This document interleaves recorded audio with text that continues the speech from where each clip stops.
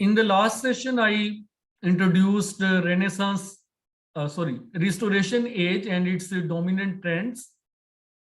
Today we will discuss Restoration poetry. And when we say Restoration poetry, first poet that comes to our mind, he is a bridge of two ages, mean outgoing Renaissance age and inception of Restoration. That's a Puritan poet, John Milton. His poetry dominantly reflects, we can say, later age or later part of Renaissance age. Known for his Puritan ideals, ideas, and advocacy of liberty and reform in politics and religion.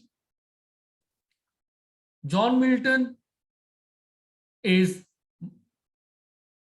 a great name in English poetry, admired for his masterpiece Paradise Lost. But he is the most representative Puritan poet on one side and a man of Renaissance on the other side.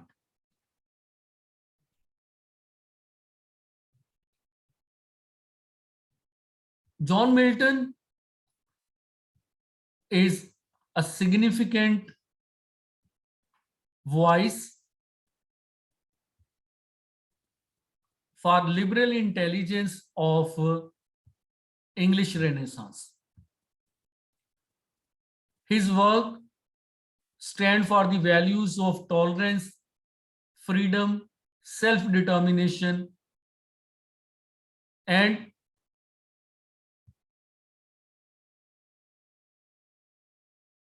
he is a poet who met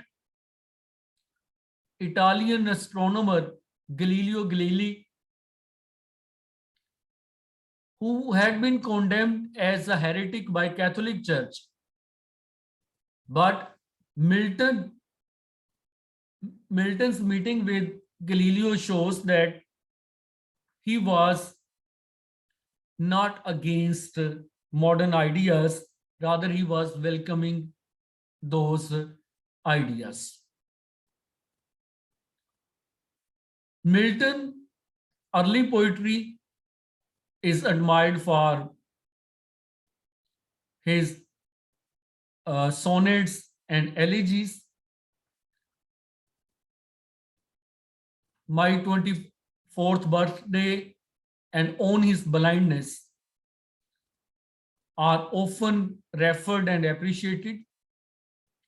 That's his On His Blindness, a sonnet where John Milton wishes to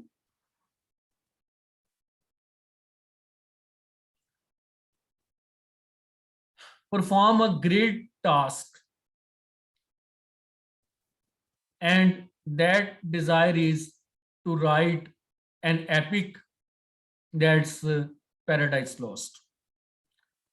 He also shares his fear that he is losing his vision and he is anxious to perform his task.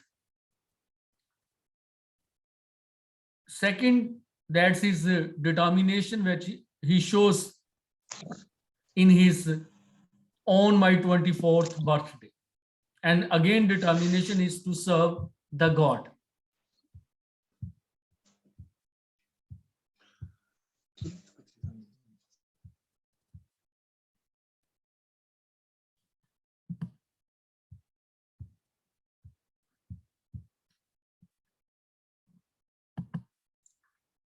So Milton was determined to create a masterpiece, and his Lycidas is an elegy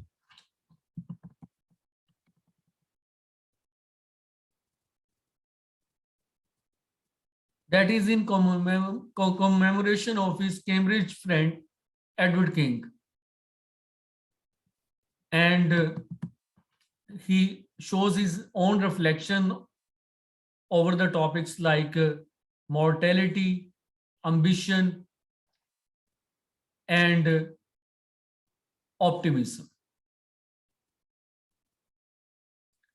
That's that's a couplet from Lycidas. Weep no more, woeful shepherds, weep no more, for Lycidas, your sorrow is not dead.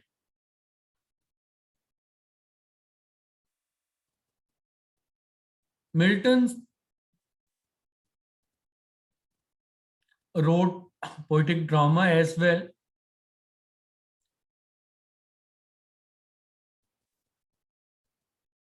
He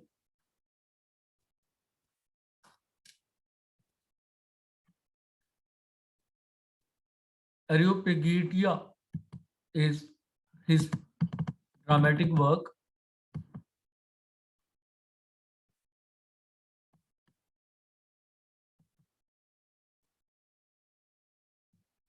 And uh, in his later period, he also wrote Paradise Regained, that was in 4 volumes.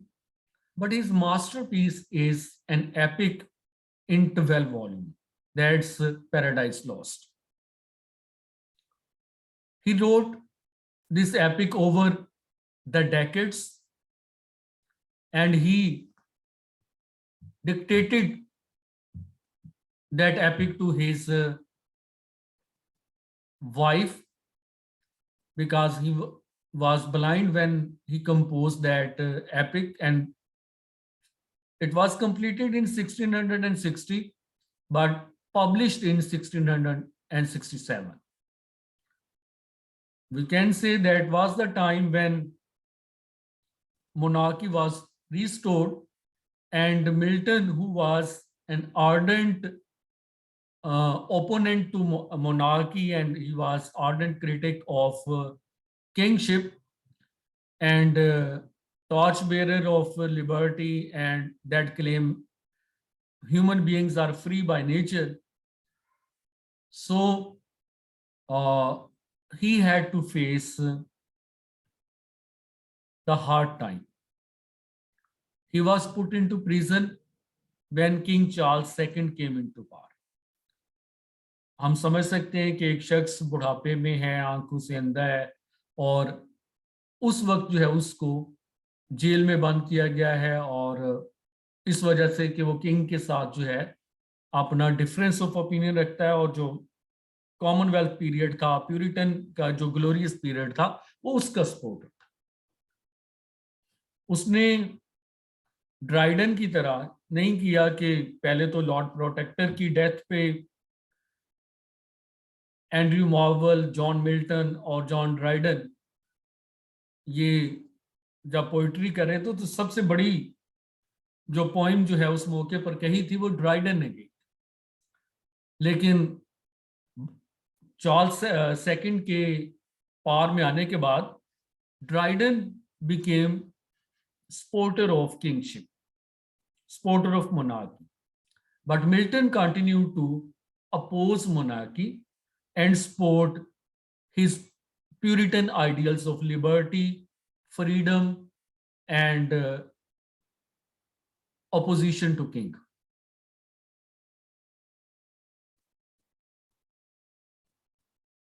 Milton's Paradise Lost, that follows the conventions of epic writing. What are the conventions of epic writing? That's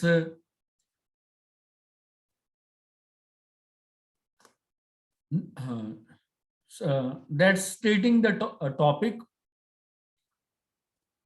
invocation to God, purpose of writing epic, and a lot of digressions. Usually epics are about the great deeds of warriors or adventures of heroes.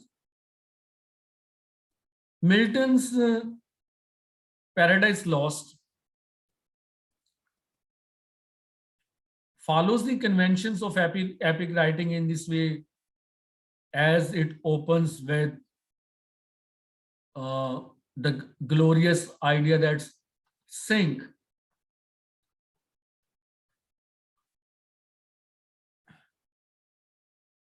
the disobedience of man to God, and it invokes the Holy Spirit or God, the Father, God of the Moses, who is contrasted with 9 muses of Greek mythology. जिस तरह Greek mythology में muse को invoke किया जाता था, उनसे help मांगी जाती थी, यहां पर गॉड द फादर से हेल्प मांगी जाती. He also shares his purpose to write this epic that's justify the ways of God and prove that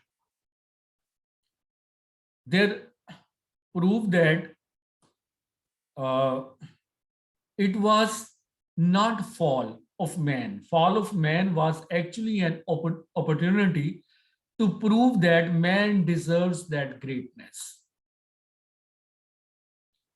Fall of man was through character of Adam, but through Jesus, man proved eligible to that honor that God bestowed upon human being. And in this way, Paradise Lost has a theme to turn good into greater goodness. Turn good into greater goodness.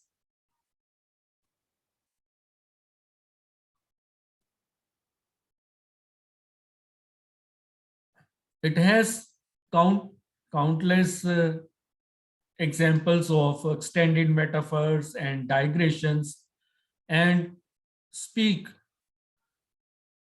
in blank words and glorifies the English tradition of epic writing. But we lack hero. Mostly it is believed that Paradise Lost either is without hero, or in first book of Paradise Lost there is an impression that there is anti-hero, that's Satan, and who actually known for his leadership qualities, rhetorical speeches, and his defiance against the authority of God. That was inspirational for Puritans who had to challenge the authority of the king. तो सेटन के character के जरिए Milton ने अपने जमाने के जो Puritans थे उनको इस तरह से इंस्पायर किया कि अगर सेटन जो है गॉड को चैलेंज कर सकता है, तो वो किंग को चैलेंज क्यों नहीं कर सकते. तो एब्सेंस ऑफ हीरो से भी एक इंस्पिरेशनल जो टास्क फंक्शन है वो परफॉर्म किया गया है इस बुक के जरिए. दो ओवरऑल अगर हम सारे वॉल्यूम को कंसीडर करते हैं तो उसमें ये सेटन का हीरो होना तो नहीं समझ में आता. हाँ, जो पॉसिबल हीरोज हैं जैसे जीसस है या गॉड है या स्पीकर ऑफ द पोइम है, तो उनकी भी हेरोइक क्वालिटीज कहीं जो है वो नजर नहीं आती. इसलिए ये बुक जो है उस तरह से हीरो का ग्रैंडर तो पेश नहीं करती, लेकिन जो story of fall of man है उसको हेरोइक वे में प्रेजेंट जरूर करती.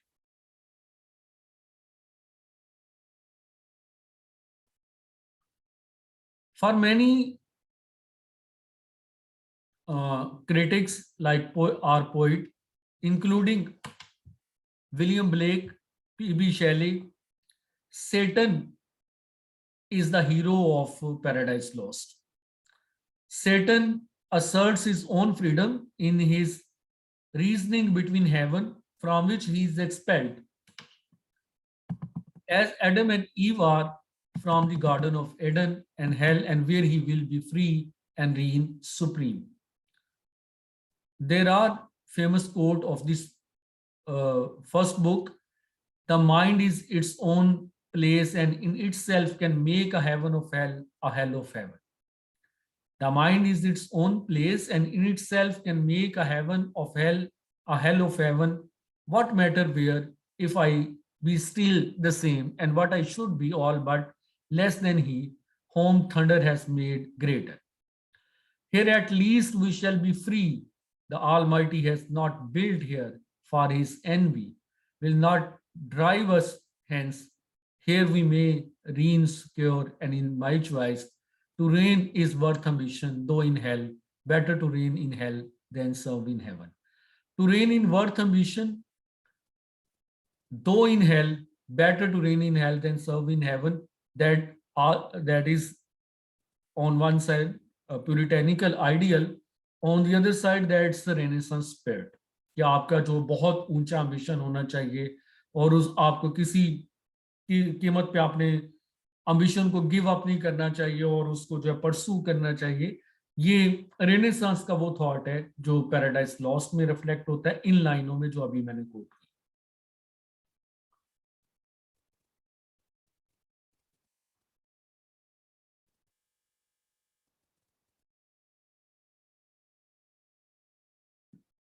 Another important part of Paradise Lost is book 9th. That's actually about fall of Adam on earth. In that work, we see conflict of Adam and Eve, who are living in Eden, but Eve is not satisfied to always work in the supervision or monitoring of Adam. One day, both work apart, and Satan has access to Eve. Satan actually enters Eden in disguise of serpent, सांप के रूप में, in disguise of serpent, and that is a speaking serpent. When Eve sees that talking serpent, she is impressed and asks serpent the reason of that glow of his body and talking power. Satan or serpent responds that that's because of tasting the fruit of knowledge. He persuades Eve to taste the forbidden fruit, and she tastes apple bride of knowledge. After that, after tasting that forbidden fruit, she experiences a decline, and she loses the state of innocence. Then she persuades Adam to commit the same, and Adam, for the sake of love of a woman, commits the same. Both of them realize evil inherent in human nature, and then they reach upon earth and they accuse each other. So that's book 9, where most important is the temptation scene and how you can say flattery works, and because of flattery the woman is ready to commit the sin or taste the forbidden fruit, and for the sake of company of woman, Adam does the same.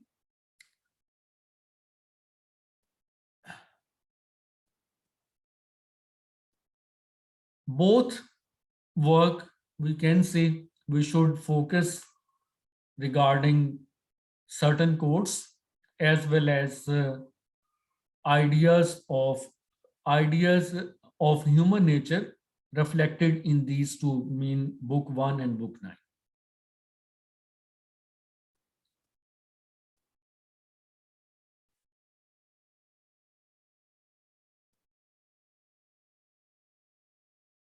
So fall of Adam and Eve, that was a mean of inhabiting earth. All the progress of civilization, that is the human pride, that was possible uh, because of fall of man. If man had no fall and he had only lived in Eden, whatever is on earth, that couldn't be possible at all.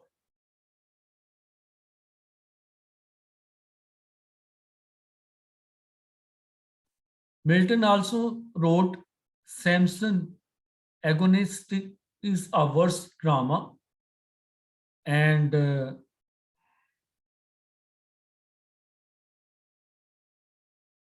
is a famous quote of this play: just are the ways of God and justifiable to men. We can say that is the continuity of the theme which was expressed in the beginning of Paradise Lost.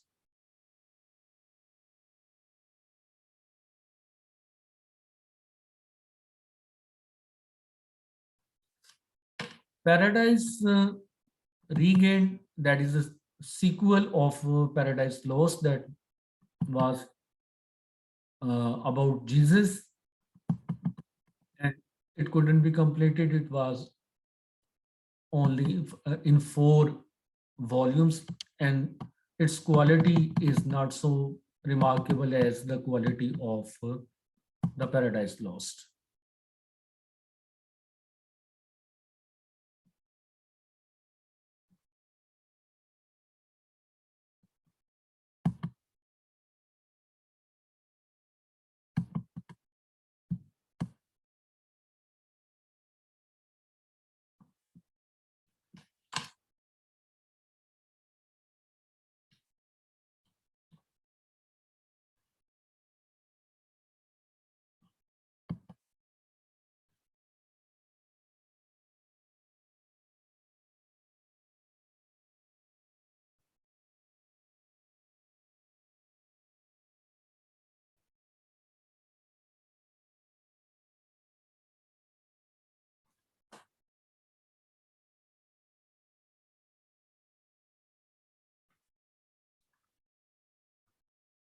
Another poet that belongs to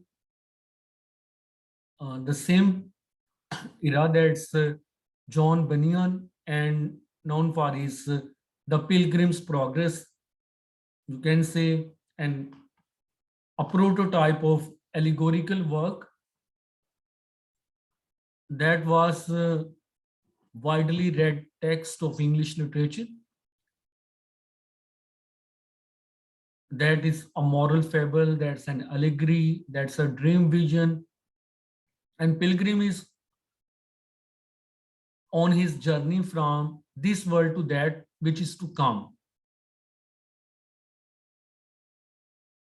This work reestablishes an unquestioned moral order, justifying God's will to men.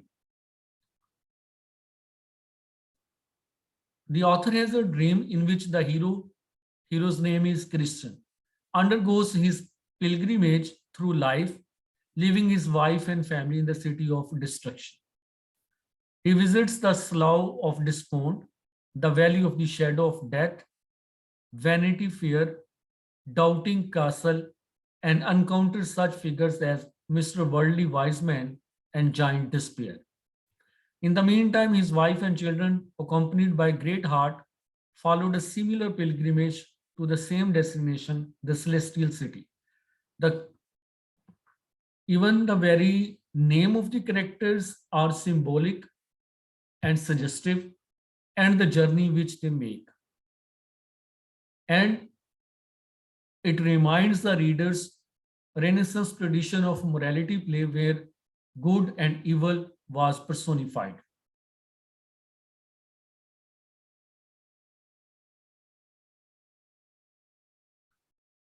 The immediate appeal of the story led to the Pilgrim's Progress becoming the most popular work of the imagination in English. Its language, setting, and characters entered the national consciousness almost as much as did stories from the Bible. Bunyan's other works include Grace Abounding, that's a spiritual autobiography, and The Life and Death of Mr. Badman, that's also an allegory. But the value which is actually of his first work, I mean, The Pilgrim's Progress, no other work enjoys the same worth. Pilgrim's Progress is not part of your course, so only focus on its title, author, and its genre, which is allegory, fable, or dream vision.